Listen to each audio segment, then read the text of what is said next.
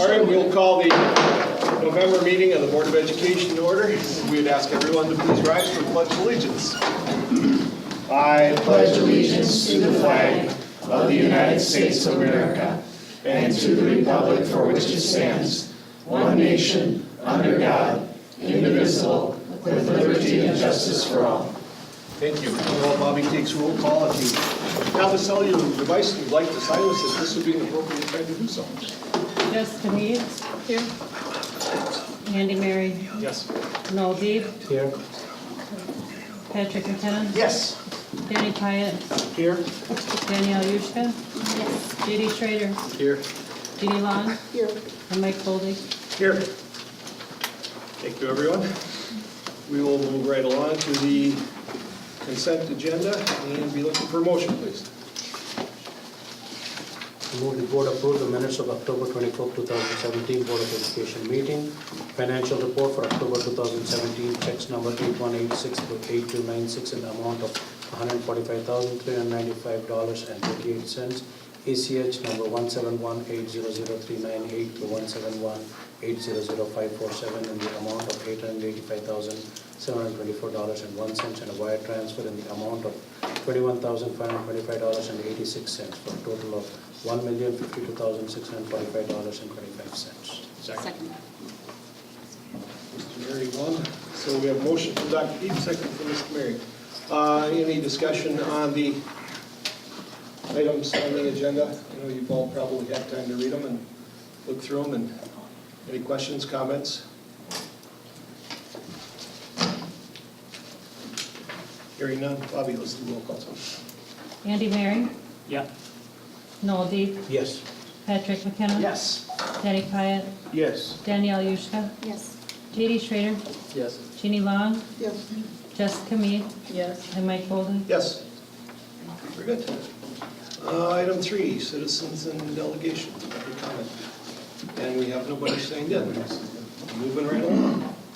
Student representative report. Jack, Emily, what do you got to tell us? Anything good, anything bad? All right, well, it's been a while since our last meeting. First off, our football team did really good this year. We made it to the third round of the playoffs, which is the farthest any team's gone in 3 years, or actually 30 years, not 3 years. Our Christmas Fire concert upcoming is December 18th, and their last 4 years of alumni will be performing with the choir as well. Winter sports is starting. Wrestling season is looking to probably have 3 or 4 state qualifiers as last year. And the name of the play that will be coming in the spring is How to Succeed in Business Without Trying. On November 13th to the 17th, we had Captain Poultry, and we raised, I think, around like 13 items for the food pantry from the school. Did you say the alumni are going to come back and sing? Yeah, like the past 4 or 5 years of alumni will be. Is it a song they already know, or are they going to have to figure it out? You spring it on them. My guess is that they're going to hum while everybody else sings their But, great. Well, keep up the good work, and we'll get you back here in a month. You can tell us how things are going just before Christmas. So, very good. Thanks, guys. We'll move right along then to new business. Committee of the whole. Be looking for a motion, please. I move the board approve the minutes from the committee of the whole meeting dated November 14th, 2017. I'll second. Second. Ms. Huska won. I heard her first. I was going to retract. Alrighty. You've all had a chance to take a look at the minutes. Any discussion, questions, comments?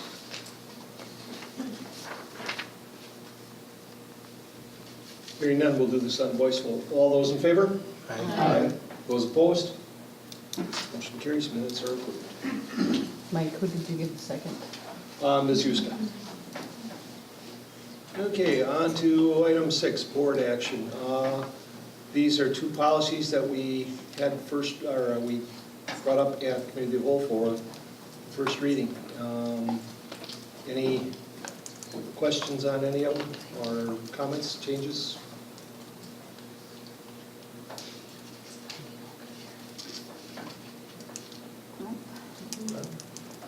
Okay, then we will bring these back next month for the second reading and final approval. So,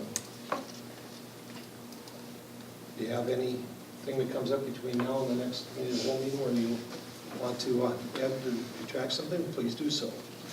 Item B, the 2017-2018 budget calendar approval. Looking for motion, please. I move the board approve the budget year 2018-19 calendar as presented. Second. Motion by Ms. Huska, second by Ms. Long. Tim presented this at the last committee of the whole meeting. Just spells out the timeline for developing budget for the 2018-2019 school year. Any questions on that?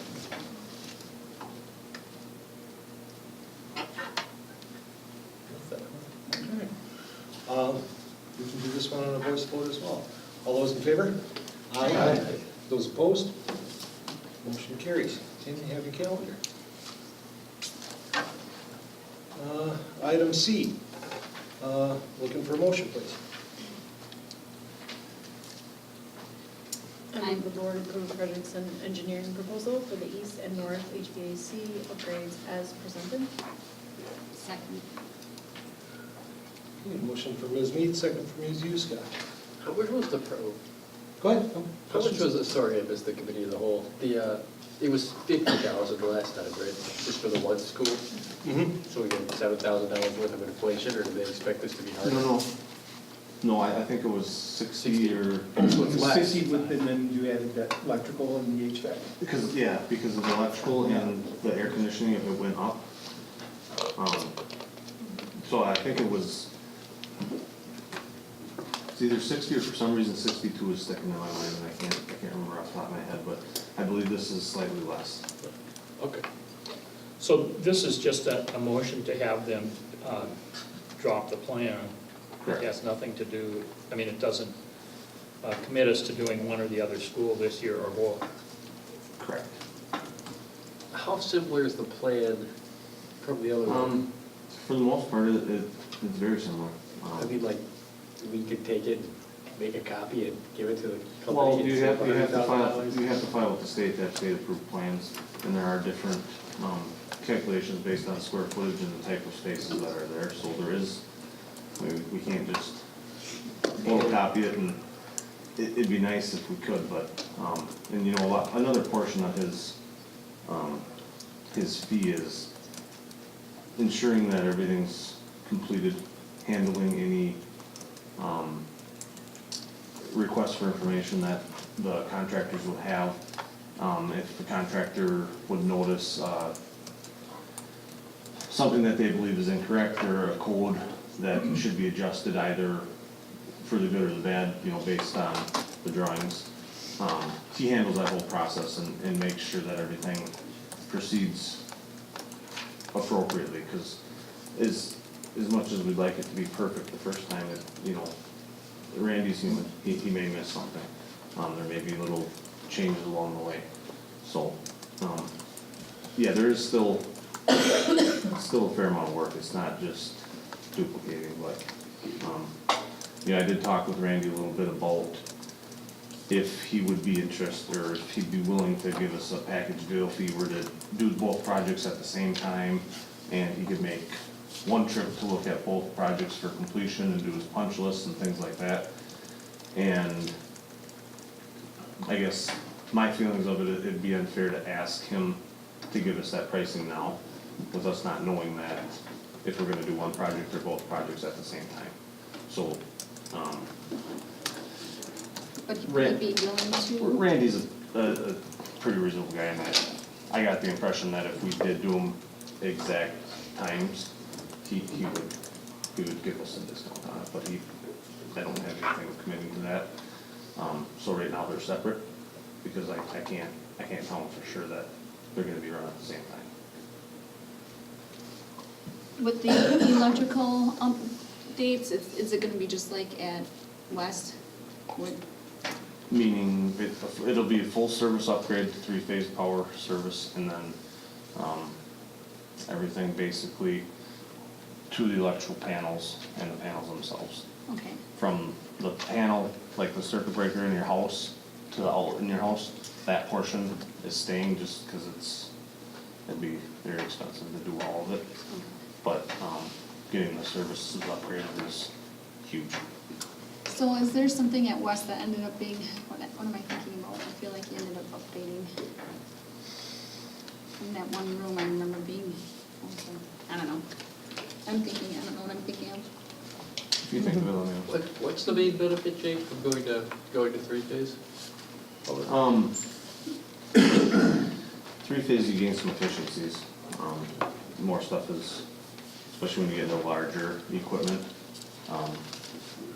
you gain efficiencies and cost-wise for the actual, you know, if you have a single-phase motor or a three-phase motor, you need a bigger motor. That's kind of lame to say, but, That's right. so. Okay, any other questions? Jake, have you looked at the pros and the cons? I know we talked about it briefly with doing both projects together in one summer, or doing one summer and doing one the second summer? So what, as we talked about at the committee of the whole, what we're gonna do when we put the bid back out is do a project A, project B, and a project A and B. And take bids in for those, and then at that point we can decide. I just felt that was, you know, and I talked over with him, came to the conclusion that would probably be the most accurate and fairest way to get a real answer for that question. And you can talk and suggest and have feelings with contractors all day long, but until they gotta put the number in, then there's really no guarantee. I'm just thinking of the movement that's gonna be happening this summer, and then the bigger movement that's gonna be happening the second summer. You know, that's, I got plenty of moving, so if I'm not doing one thing, I'll do another. So, it's gonna be a tough 2 summers, it is, so. You know, if we bite off both projects this summer, that'll just leave more at the middle school to do next summer, or vice versa. It's gonna be fun. Be positive. all the way around, not just your group, it's gonna be fun for Uh-huh, all the staff as well, you know, of moving yeah, chairs, tables, classrooms. yeah.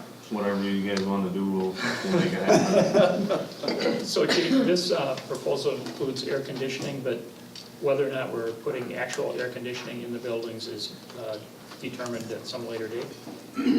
Well, he would do when he starts on the drawings, he's backed up, and I don't think that he'll get started on the drawings and the bid packs until probably February.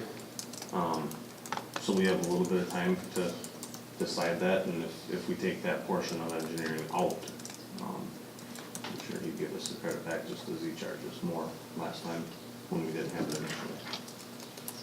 Okay. So that was like $80,000 for the air conditioning? It was about $100,000 that the contractor would have saved, and then another $7,000 or $8,000 that they added for the engineering cost on it, so. It was 600,000 last time, right? Roughly?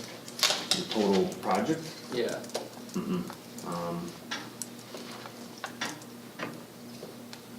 The base bid from the contractor came in at $670,000, and then that didn't include, we had a couple of extras. We bought the unit vents, that was $40,000. And we also paid for the electrical service portion with WPS, that's billed directly to the owner, that was about $10,000. So we're in that 720 range. give or take. So this is pretty close.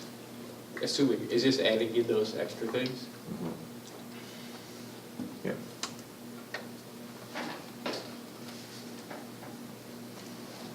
Any other questions? Okay, let's do roll call on this one since there's a group is involved.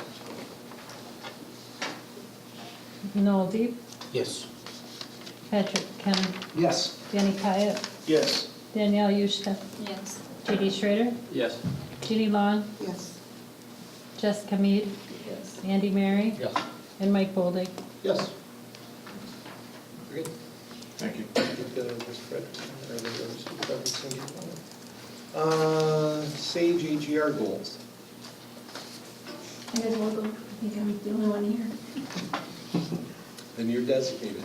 All right, so I put East and Crestwood together. So I just want to take one and pass one down.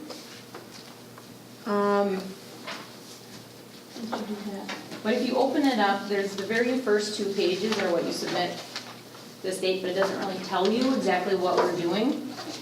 So I put together a little bit more for you. It's the 3rd one in.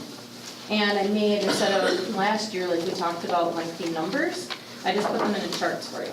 So if you look at the 3rd page, and this is generally the same for East and Crestwood, the only difference is that we are, because we don't have an EL population at East, we're focusing more on EL at Crestwood. So when you're looking at this, we're targeting 2 student groups. One is with students with disabilities, and then the other is the limited English proficiency.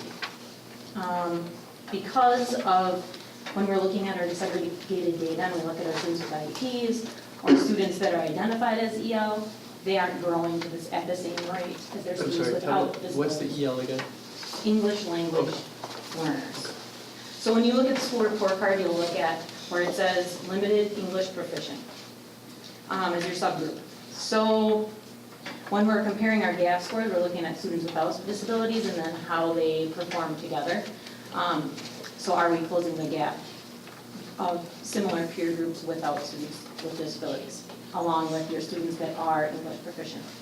So some of the strategies that we're choosing is working with 3 different instructional coaches for different areas of the goals that I stated in the next section. So there's 3 that you can choose from. One is instructional coaching as a strategy, the other is one-on-one tutoring, and then the other is class size reduction. And so I chose instructional coaching just due to the fact that it aligns with what we're doing with our PLSC work and then the research behind how we can grow our staff to make the most impact on our students. So if you look at the goals, we have 5. One is to close the achievement gap by developing equitable systems to include and honor the life experiences and the cultures of our children through training and instructional coaching from the external and internal specialists, but I just put the 3 that we're working on at the top. The second is to create inclusive, positive classroom, and that's in terms of the physical environment, the social and emotional environment as well, and how it supports the needs of all learners. I did put a link in there, but it's not obviously live because it's paper, but I can send it to you. The last page kind of explains in a chart of what universal design for learning is, but that's one of the areas we'll be working on as well. And this is all to support our overarching district goals. It's not something different, it's just more personalized for the needs of East and Crestwood. So we're not going rogue by doing anything, it's just more personalized approach. So the 3rd goal is to incorporate technology to engage our learners in a rigorous and 21st century standard-based instruction. The 4th is to implement our Tier 1 PBIS, or our Positive Behavior Interventions and Support with Fidelity. So we'll really be focusing on our teachers specifically with these external specialists to support what we're already doing with that at the district level. And then the 5th goal would be to implement an inclusive classroom where our general education teachers are co-teaching and planning together with our reading specialists and then our special ed teachers. So we will meet the needs of the kids, all students, and give them special education to support their needs within the classroom instead of pulling them out into a different environment. Obviously, that's going to have to go by a student need basis. That's not always the least restrictive environment, but based on the student's needs, we're going to be in the classroom as much as possible. So I won't read to you all of the action steps. They go pretty specific. They're pretty specific as to what we're doing with our with the external consultants that we're working with. But then at the bottom, we do have indicators of success as well, so all of the different types of program evaluation we'll be doing in order to know whether or not these strategies are effective. If you look at the next 2 pages, this isn't our entire school population data, obviously, it's just our target group. So you'd be looking at the data for Crestwood, literacy and math, that's combined, our students that are limited English proficiency and our students with IEPs or students with disabilities. So it is together. And then East is, since we don't have an EL population, which one of the things that we'll be looking at with the consultant that we're working with is, do we have an under-identified population to make sure that we are meeting the needs of the students that we really have instead of just what might be on paper based off of, a multitude of different barriers that could be with their families, not knowing exactly what forms to fill out or different barriers that they might be facing due to the language barrier. And then when I present to you next time, we'll have the same charts, but obviously it'll be winter instead of just fall. And then on the next page, I just put a brief, what research is this strategy based on, and what's the rationale behind what I chose. And I tied that into before, we're talking a lot about professional learning communities. We have been working on those, working at implementing a professional learning community for since 2014, but really taking a step back now this year, as you have heard a lot about, will really help to grow that culture into what it should be instead of just, we did our professional development on that and we all should know what we're doing. So really taking a step back and making sure that we have a strong foundation for that. And then on the last page, it's just a real simple chart as to what a traditional classroom looks like and then what universal design for learning looks like and some of the things that we'll be working on at East and Crestwood to meet all the needs of the students.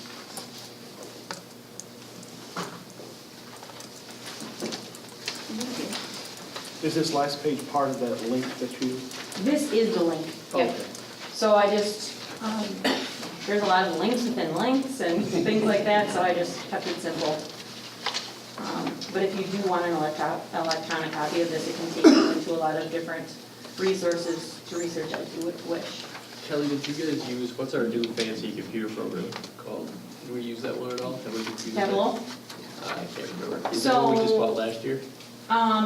We're working on, I believe that we're working on that and training our trainers within the district and how to do that. But right now, how we're organizing our data is just manually. So disaggregating data is quite cumbersome, but you can't move forward if you don't. So that will be really wonderful once we can get that going.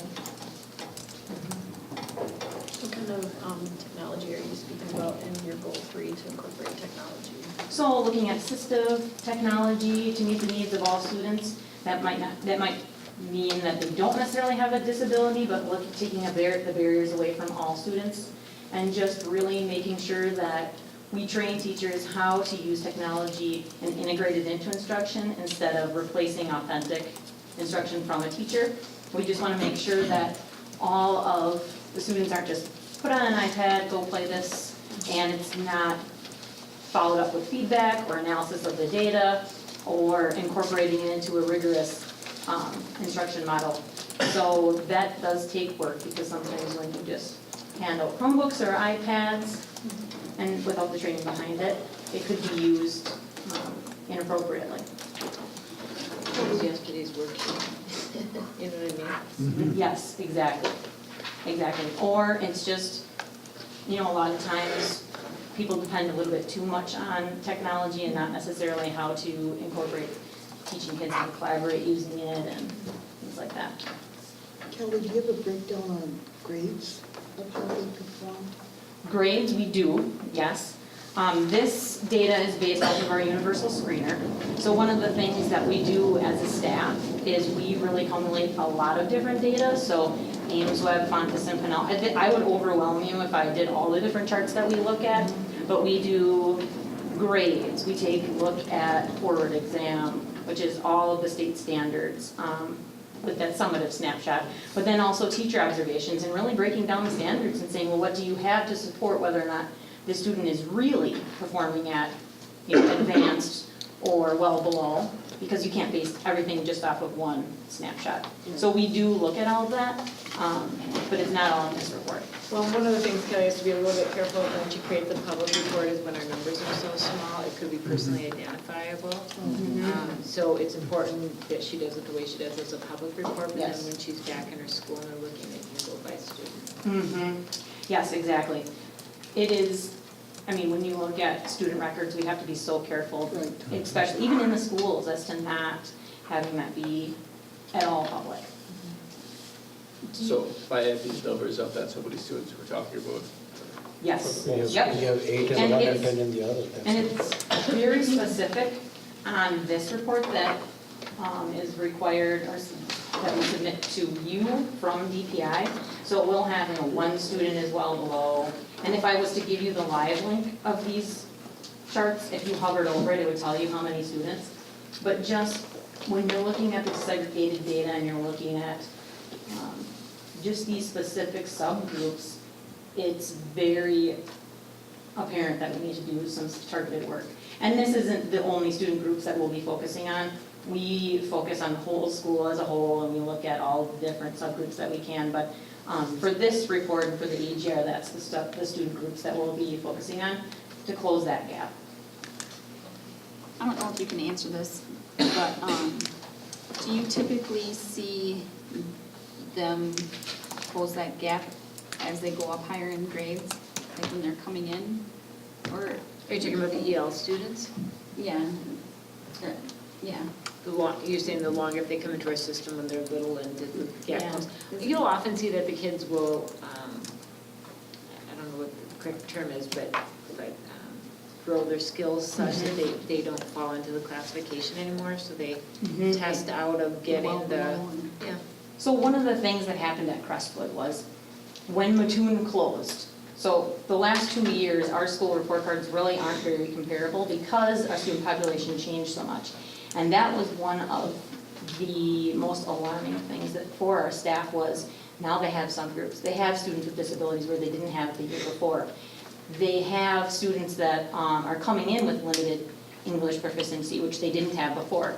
And so when we disaggregated our data, we're thinking, oh my gosh, we need to look at our framework. How are we going to support students with disabilities within the classroom instead of just dependent on our special ed teacher to pull them out and send them down a different path and expect that they're going to meet grade level.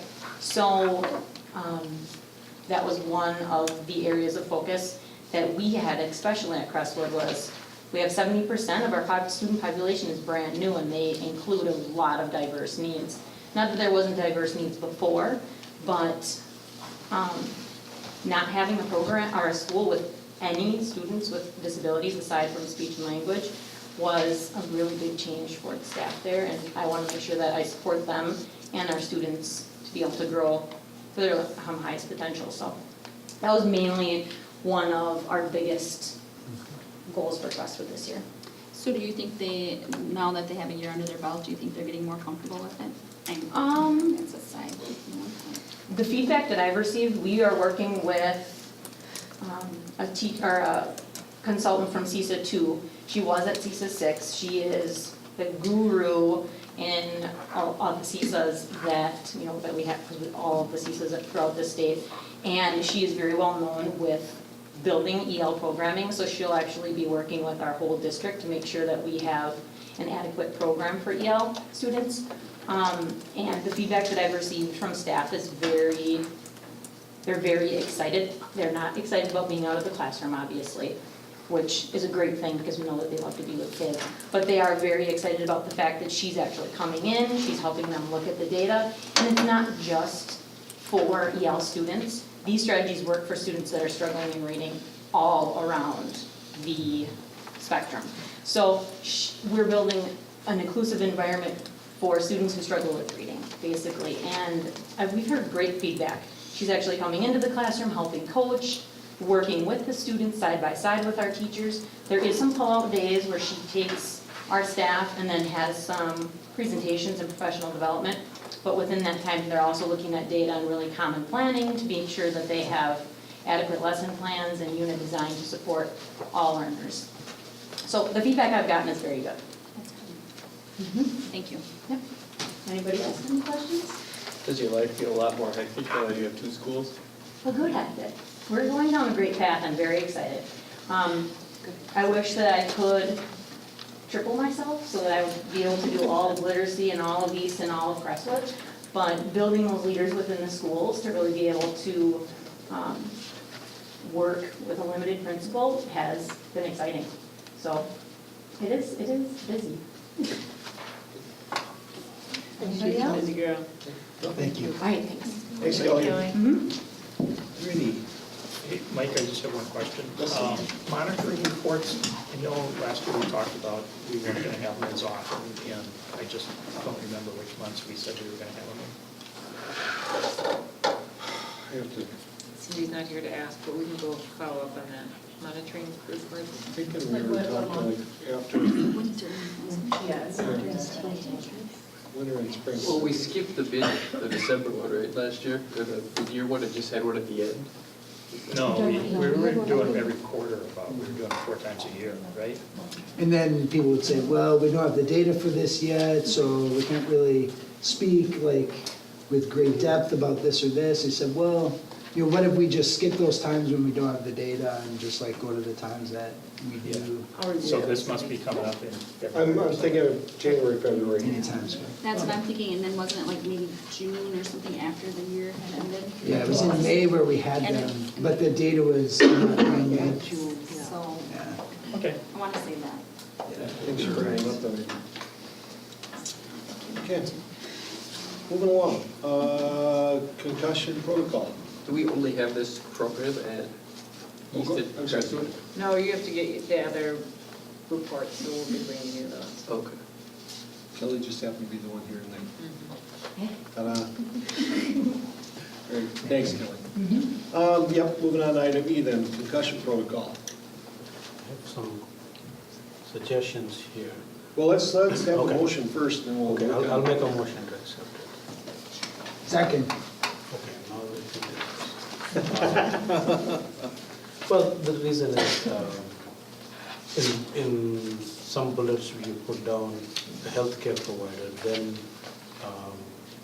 on item number 3, it says it has to be from the family physician, that the medical clearance has to come from family physician.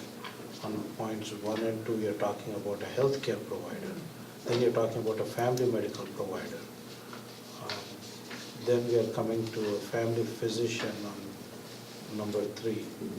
It should just say healthcare provider. I think you need to just simplify it, either put down physician or primary care physician / provider. But just go to common language in there. Because the problem is, if you get it from a nurse practitioner, then you'll say, well, according to this, it should be the family physician who's supposed to give you that. We'll be tying ourselves there. That's right. Was there a question in there when that was developed, that you wanted it to indicate that the healthcare provider should be outside of the school, so it shouldn't be our school? Yeah, it absolutely needs to. They did indicate, Noel's mentioned, earlier they did say medical providers, and that's really, it should just, it was defined once and then it should just go all the way through. And I think I don't think it really changes the content of it, it's just Just make sure we have a common language through it. You have a That's a common technical language. change. Yeah, just a So it's technical going to be change. school nurses is going to identify our representative, otherwise the, Change it to primary physician / provider. Yeah. That way you encompass everybody, otherwise, on one you're saying it has to be exclusively the family physician. okay, which Yeah, will and prove that it. was, okay. So it could say primary physician / healthcare provider. Mhm. That way you'll Okay. include them all. Number 5, does it have to be sent to the medical advisor via fax alone? Why are we tying ourselves down to only one means of communication? In this day and age, you have electronic communication, whether it is emails or... yeah. That It was can, probably the old time again, where you had to read it and... yeah, it can be, I think that's very reasonable too, and I do think that's just another technical Mhm. change. Just minor I changes. concur, yeah. by Just- whatever means just have that communicated, fax/email.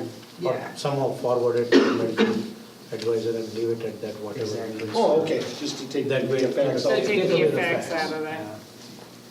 Yeah. Very good. It's just a computer program, right, that does it for the athletes? The It's- initial it's- assessment? The computer program is part of the assessment, but it is required to have further assessment and clearance with the To athletic come trainer. back, but what about the initial assessment? Oh, it's a, And what about the initial assessment? oh, yes, that's just, yeah, there's no clinic visit. I mean, Could we do that for everybody, all the way through the middle school, just every kid who's not an athlete, if it doesn't take that long and it's cheap? there is a Would that make it cost, a lot easier? but we did talk about perhaps offering it to people for the cost of it. What'd you say, Patrick? It was what? There is a cost, but we did talk at one of the meetings about just offering it to people who wanted it, who wanted to pay the additional. Did you say you think it was I $18? thought it was something like that, $18 or something. Maybe I'm wrong. Something like that. Well, So it's not, yeah, it's not. Not huge, but for us to pay for everybody would be huge. But as a parent, $18. Well, you have a baseline and then, Yeah. it saves you all this hassle going forward, Did this happen after or before? I would. I agree in offering it. Seeing that Dr. Deep's suggestion and concussion plan to some degree, my guess is since we have a motion on the floor to accept it as presented, and if we're going to amend it, the motion itself should be amended. I think oh, you mean for, Well, we have a motion on the floor to accept concussion protocol as presented. We've now had amendments to it suggested, even though it's minor in wording. I do, really, I mean. It's a, I mean, I don't know, Can we but- just make those adjustments? I mean, I don't think the board's gonna be upset if we. Why can't you just say amend the With the motion? technical amend, corrections, yeah, with the technical, that sounds good too. Sounds fine. I'll make the motion. We're getting Accept with technical here, amendments. Patrick, you want to do your second Absolutely. place? All right. I just don't want to get us hung out to dry on something. Absolutely. That's right. So, any further discussion on the motion? Hearing none, all those in favor? Aye. Those opposed? Motion carries. Thank you for putting up with my Did you have to idiocy. do the amended, you have to pass the amendment? Oh, that's on the amendment, yep. Okay, now, Now, the real the thing. motion is to accept the concussion protocol as amended. Yes, second. Yes. Motion carries. Yes, everybody's in favor, so we're good to go. All righty, now we're done. All righty, now, item F, new hires. Yeah. Move the board approve the following new hire, Jessica Wolf, part-time housekeeping at the middle school. Second. Motion by Dr. Deep, second by Mr. Pyatt. Yeah, I believe everything done. So, looks good there. Any question on this one at all? No. We'll do this one on this one too. All those in favor? Aye. Those opposed? Motion carries. Resignations. Be looking for a motion, please. Is one of these something that will be, I would make a motion to table this. We can table them until we come out of closed. Absolutely. Okay. Then we will jump then to item H, donations. You looking for a motion there, please? I move the board accept the following donations: $750 Antigua Optimist Club for the PBIS, $600 Antigua Theatre Trust for everyone to physical education, $500 Auto Select Michael and Roxanne Molitor for the choir program, $600 Elk Lodge number 662 for PBIS, $100 James Drager for gymnastics, $100 Winter and Parents for gymnastics, $1,500 anonymous donation in memory of Don Strobel for the band trip to Disney. Total donations, $4,250. Second. Motion by Dr. Heap, second by Ms. Pyatt once again. I think in that listing, there was also one that was anonymous, okay, very good. Well, there was an anonymous one for $50. I think there's also another one in there for $100, that may be this one, Chet Nails. Chet Nails. So we recognize them as well. Any question or discussion on the motion for the? Is gymnastics directly to gymnastics, or is it related to trying to build the gym thing? Onto the aquatic. No, it's going to the gym, the current gymnastics program. Okay. Oh, okay. Thanks, Steve. Okay, any other questions on the donations? Hearing none. Bobby, we're doing money again, so let's do a roll call. Patrick McKenna. Yes. Danny Pyatt. Yes. Danielle Yushka. Yes. JD Schrader. Yes. Jeannie Long. Yes. Jessica Mead. Yes. Andy Mary. Yeah. Noel Deeb. Yes. And Mike Boldig. Yes. We thank our community once again for their support of the district, and their donations are greatly appreciated. So we thank them all. That being said, as we are going to table item G until after the closed session, we'd be looking for consideration of motion to adjourn into closed session pursuant to Wisconsin Statute 19.85 per AMC, considering employment and performance evaluation data of any public employee over which the governmental body has jurisdiction or exercises responsibility. So moved. I think Mr. Schrader won that one. Oh, I didn't talk. Or no, I was listening. I didn't want it anyhow. It came from that side and it was a little muffled, so I wasn't sure. Mr. Mary. Any of those meetings? And Mr. Pyatt will be the second. Made a motion yet. I don't think I've Bobby, let's do roll call. Danny Pyatt. Yes.